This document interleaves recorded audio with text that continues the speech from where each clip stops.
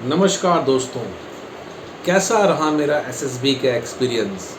इस किस्से और कहानियों के इस सिलसिले को आगे बढ़ाते हुए आज हम पहुँचे हैं कहानी नंबर 34। जैसा कि मैंने बताया कि एसएसबी इलाहाबाद की गाड़ी जो थी वो बाहर लग चुकी थी और लोगों ने तरह तरह की सलाह दी थी। अब हम जैसे ही बाहर पहुँचे तो वहाँ दो तरह की गाड़ियाँ लगी हुई थी। एक बस लगी हुई थी और दूसरा लगेज के लिए दूसरी गाड़ी लगी हुई थी। किसी ने बोला कि अगर आप जब सामान लोड होगा उस समय अपनी एक क्वालिटी, कोऑपरेशन की क्वालिटी ज़रूर दिखाना। तो दोस्तों आप यकीन मानिए, कोई उस गाड़ी पे चढ़ने के लिए तैयार नहीं जिसमें लगेज रखा जा सकता था। और हमने लोगों की सलाह को मानते हुए गधे की तरह उस गाड़ी में चढ़ा और लगभग यकीन मानिए शायद एक आध कोई बंदा और चढ़ा मेरे साथ, और हम दो तीन लोगों ने उस पूरे 100-150 लोगों का सामान लोड किया उस लगेज गाड़ी में। कमर टूट गई, पसीने पसीने हो गए, खैर मगर कॉपरेशन की क्वालिटी को नहीं छोड़ा। और यहाँ से हमारा सफ़र होता है मूव इलाहाबाद एसएसबी के लिए। चलो दोस्तों, अंदर गए, एक वार्म रिसेप्शन हुआ और वहाँ पर एक टीओ जिसको कि टेक्निकल ऑफिसर बोलते हैं वो आए और उन्होंने हम सब का स्वागत किया। चाय वाय का अरेंजमेंट था, चाय पिया और उन्होंने एक निर्धारित समय दिया हमें कि आप इस समय पे अपना राइटिंग मटेरियल, अपनी कॉलिंग लेटर, फ़ोटोज़, डॉक्यूमेंट और जो भी सामान है वो सारा लेकर के हॉल में पहुंच जाएंगे। वहाँ पर आपको आपकी एसएसबी अलॉट होंगे, आपके चेस्ट नंबर्स अलॉट होंगे और कुछ डॉक्यूमेंटेशन की प्रोसेस होगी। दोस्तों हम लोग पहुँचे और वहाँ पर हम लोगों को फाइनली इलाहाबाद की एसएसबी अलॉट हुई। और जो एसएसबी मुझे अलॉट हुई इलाहाबाद में वो एसएसबी थी 19 एसएसबी इलाहाबाद। और वहाँ पर हम लोगों के डॉक्यूमेंटेशन हुए और वहाँ पर हमें एक फॉर्म दिया गया, बोला जिस फॉर्म को भर के उसमें फ़ोटोज़ वगैरह चिपका के सबमिट करना था। उस फॉर्म का नाम था PIQ फॉर्म। PIQ का मतलब होता है पर्सनल इंफॉर्मेशन क्वेश्चनियर। दोस्तों बहुत बहुत बहुत इम्पॉर्टेंट फॉर्म है। इस पूरे आपके एसएसबी कैरियर का या एसएसबी प्रोसेस का सबसे इम्पॉर्टेंट फॉर्म है PIQ फॉर्म।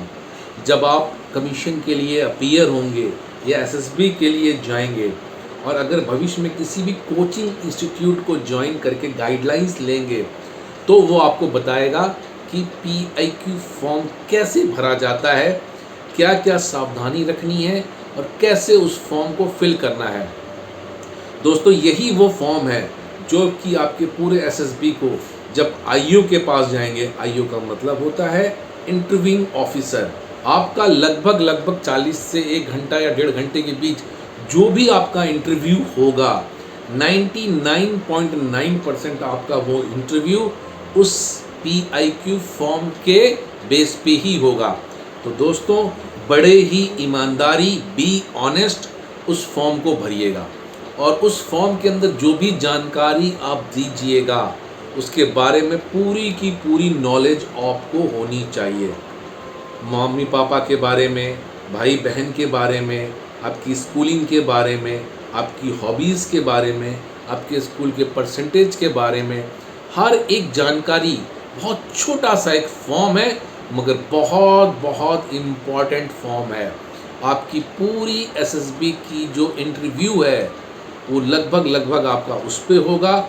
और इस एसएसबी के जो बाकी बचे हुए 2 पार्ट हैं, जो आपका साइक पार्ट है वो भी उस एसएसबी बेस पे होगा और GTO part, ground testing officer, जो ग्राउंड टेस्टिंग ऑफिसर है उसके पास भी उस PIQ की कॉपी जाएगी।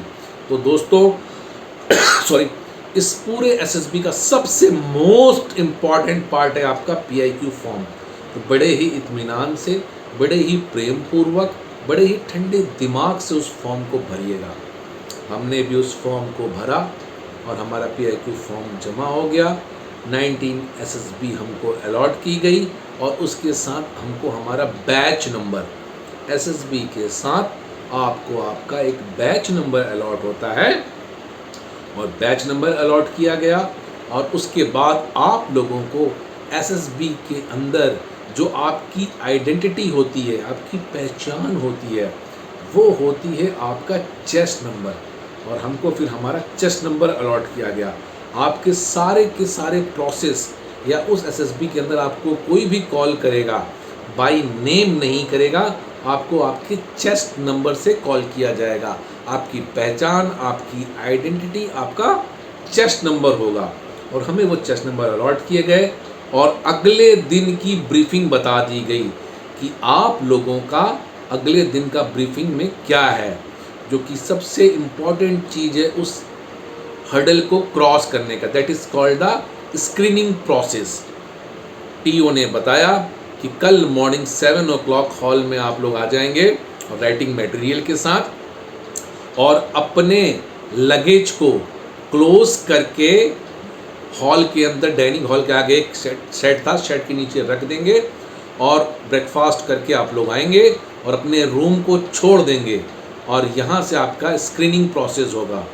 जो भी कैंडिडेट इस स्क्रीनिंग प्रोसेस को क्रॉस करके आगे जाएगा, वो आगे के 4 दिन इस एसएसबी में बिताएगा। और अगर वो फाइनली रिकमेंड हो जाएगा, उसके बाद आएगा मेडिकल प्रोसेस। तो दोस्तों, दिल की धड़कनें हुई तेज और हम लोग अपना लगेज लेके अपने अपने रूम की तरफ मूव कर गए और मूव करके अपना बिस्तर लगाया और शाम का जो डिनर था वो खाया। और आगे माहौल कैसा गर्म जोशी वाला और कैसा माहौल रह गया रूम का, और क्या रहा अगले दिन, क्या किया हमने, क्या मैं स्क्रीन इन हुआ या स्क्रीन आउट हो गया, कैसा रहा मेरा उस पहले एसएसबी का स्क्रीनिंग प्रोसेस। इस सारी घटना को जानने और देखने के लिए मेरा अगला वीडियो एपिसोड नंबर 35 का वेट कीजिए दोस्तों। और उम्मीद करता हूँ मेरा आज का ये किस्सा आपको ज़रूर पसंद आया होगा। जय हिंद, जय भारत।